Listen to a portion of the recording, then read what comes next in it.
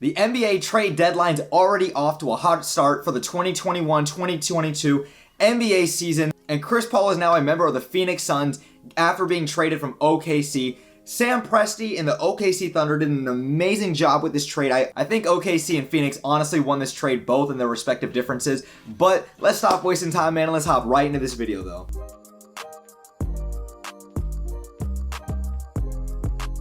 Starting off, man, the biggest winner and the first guy everybody thought about when this trade went down is the fact that Devin Booker finally has some help. And Devin Booker honestly is the biggest winner in all of this when it comes to both the Phoenix Suns and the OKC Thunder. Devin Booker has been playing in the league for a while now, and he is young and ascending. We saw what he did in the NBA bubble this year, going 8-0, and the Phoenix Suns almost made it to play in the play-in tournament as well to compete for that 8th seed. They didn't end up getting it, but he really showcased what he can do, and Monty Williams as well showcased what kind of coach he can be. They haven't had much success with head coaches in the past with guys like Earl Watson and a handful of other guys as well.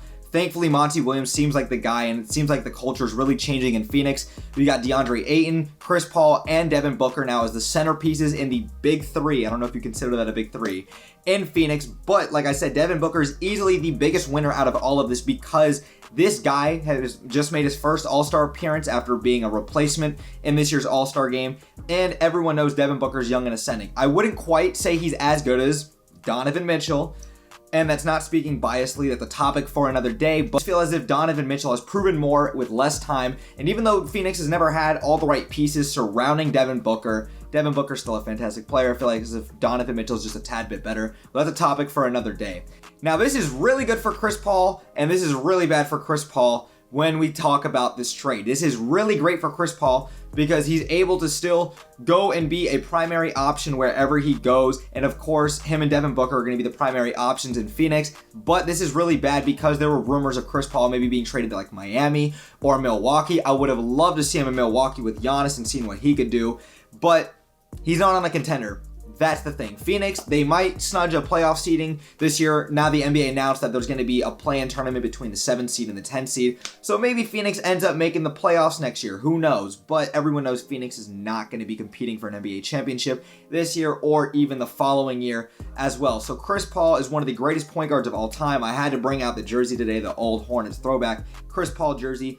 Him being one of the greatest point guards of all time, one of the greatest players to have ever played this game, one of the greats to have never won a ring, up there with guys like Allen Iverson, Stockton, Malone, Charles Barkley, and a handful of other greats that have never won a ring. Chris Paul is one of. The window of opportunity for Chris Paul really is closing faster than we even imagined because his days back in Lob City were not successful as well. We all know he was still a top point guard in the league, but he's not even a top 3, top 4 point guard anymore. Still an all-star. We saw what he did at OKC last year when everyone counted them out. They ended up taking Houston to 7, and they damn near won Game 7 after losing by 1 point as well.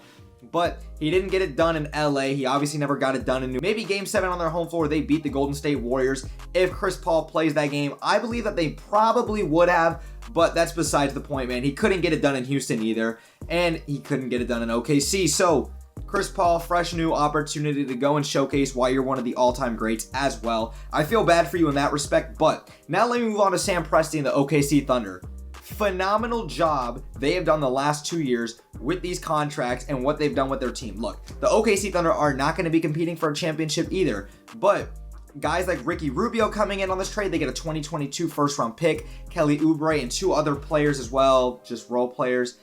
Ricky Rubio and Kelly Oubre are not going to be your future. Ricky Rubio is a solid starting point guard. But the fact of the matter is the fact that Sam Presti the last 2 years has moved on from Paul George, Russell Westbrook, and Chris Paul. Sam Presti, after realizing that his team was not going to be competing for a championship, moved on from all these guys, was able to acquire assets, was able to get a young, talented guy like Shai Gilgeous-Alexander, as well. You still have Steven Adams, and they acquired draft picks for the future, and this team is set in the right place for the next 2 to 3 years to really build through the draft and through their young players as well. Sam Presti did an amazing job moving on from Russell Westbrook's contract, Chris Paul's contract, which is horrific, but nonetheless, Sam Presti did an amazing job. And honestly, the biggest loser in all of this, outside of the fact that Chris Paul won't be competing for a championship, is Ricky Rubio. Ricky Rubio being a top 10 pick back when he was drafted, never panned out to be the superstar or even star that he was supposed to be, never even making an all-star appearance. Still a very good NBA point guard, but that's it at best. He's only made 2 playoff appearances back with Utah back in 17-18 and then 18-19 as well. Ricky Rubio then signed with the Phoenix Suns the following season afterwards. Mike Conley gets traded to the Utah Jazz as well.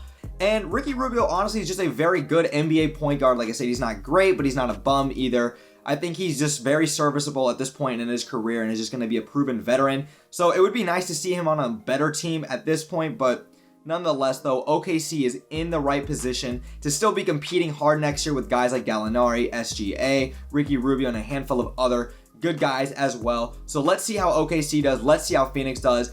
Big win for Devin Booker, the biggest name in all of this outside of the fact that it's Chris Paul being traded.